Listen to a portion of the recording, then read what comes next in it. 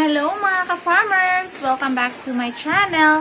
For today's video mga ka-farmers ay i-share ko po sa inyo ang programa namin sa pagpupurga ng aming mga baboy. So disclaimer lang po, ito po ay base sa nakasanayan namin mga ka-farmers.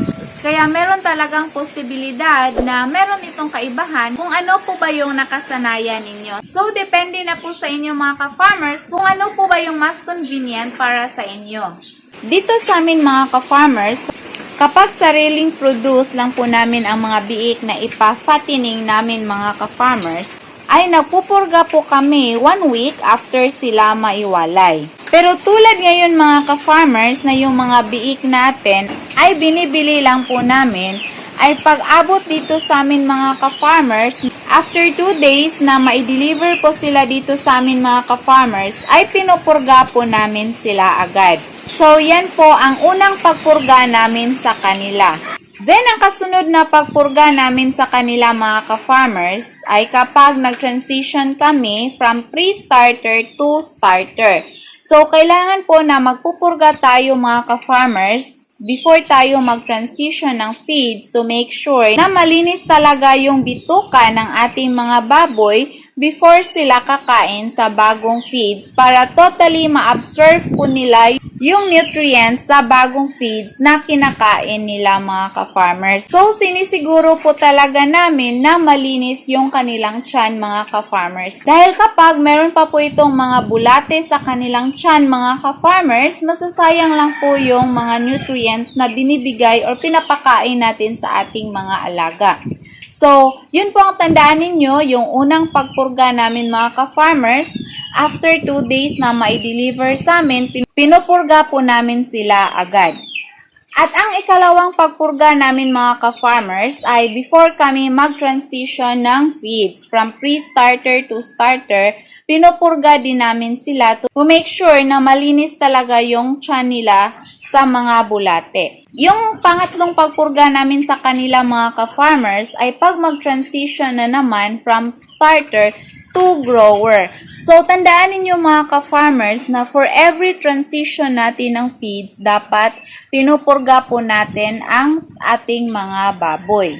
Then, yung kasunod nagpagpurga ay from grower to finisher. Pero take note mga ka-farmers na kung malapit na nating ibenta ang ating mga baboy, huwag po tayong magpurga.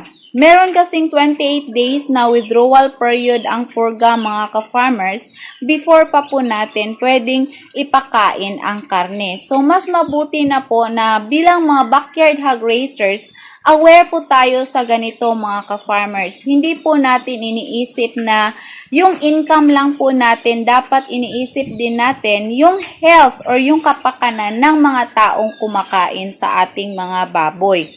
So, hindi na po natin yan pinupurga mga ka-farmers, lalo na kapag nasa finisher stage na dahil for sure, kakatayin na po sila ng bumibili sa atin. So, dapat aware po tayo dyan mga ka-farmers. So, yun po ang dapat ninyong tandaan mga ka-farmers na after pagkabili, magpupurga. Then, for every transition ng feeds, dapat magpupurga po. So, para siyang once a month tayo magpupurga. Pero sa case namin mga ka-farmers, dahil meron kaming batch sa mga biik na sa tingin namin ay ang dami talaga nilang bulate. Suspetsya namin nung nasa sinapupunan pa sila ay infected na po sila ng mga bulate mga ka-farmers, kaya hindi po madaling napuksa ang mga bulate nang i-deliver sila sa amin.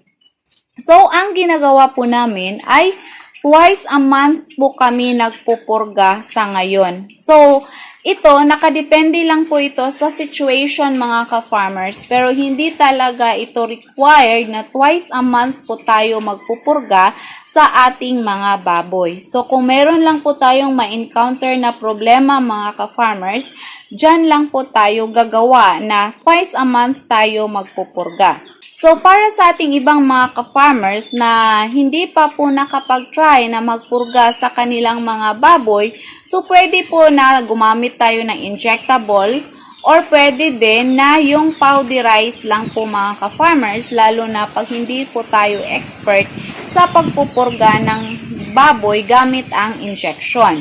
So, depende po talaga sa inyo mga ka-farmers kung saan po yung mas convenient sa inyo.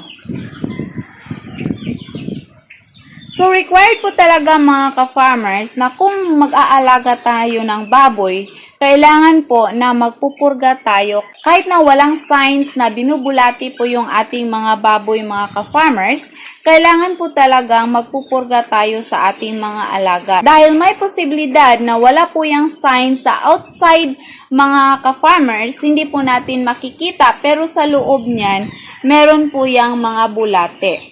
So, hindi talaga maiiwasan sa mga baboy mga ka-farmers na binubulati ang kanilang tiyan. So, para mas maganda po yung paglaki nila at maganda po yung pagbigat nila mga ka-farmers, dapat pupurgahin po natin yan. Para hindi po masasayang yung gastos natin sa feeds, yung pinapakain natin mga ka-farmers. Dahil kapag hindi natin pinupurga ang ating mga baboy, yung tanging makabenefit lang po dyan ay yung mga bulate sa loob ng kanilang tiyan. So, ayan, yun po yung dapat ninyong tandaan mga ka-farmers. Yung programa po namin sa pagpupurga ng aming mga baboy ay after 2 days na i-deliver sa amin kapag binili yung mga biik ay nagpupurga kami. Pero kung sariling produce lang po ng mga inahin namin, after 1 week ay pinupurga po namin agad ang aming mga biik. Then, yung kasunod niyan mga ka-farmers ay before tayo mag-transition from pre-starter to starter, pinupurga yan. Then, from starter to grower, pinupurga din yan. At from grower to finisher, pinupurga din yan mga ka-farmers. Pero take note, kung magpupurga po tayo at ibebenta natin ang ating mga baboy nang wala pa sa 28 days na withdrawal period, hindi pa po pwedeng kakatayin or kakainin ang karne ng ating mga baboy. Kasi meron po yung side effects para sa mga taong kakain ng karne mga ka-farmers dahil yung purga ay magstay pa po siya sa karne ng baboy within 28 days. So after 28 days, yan na po ang perfect time na pwedeng kainin ang karne ng ating mga alaga. So, bilang seller, dapat aware po tayo sa ganyan mga ka-farmers. Hindi po sa lahat ng oras na yung income po yung iisipin natin. Iisipin din natin ang kapakanan ng mga taong kumakain sa mga karne natin. Dapat malinis po at hindi po nakakasama sa mga tao.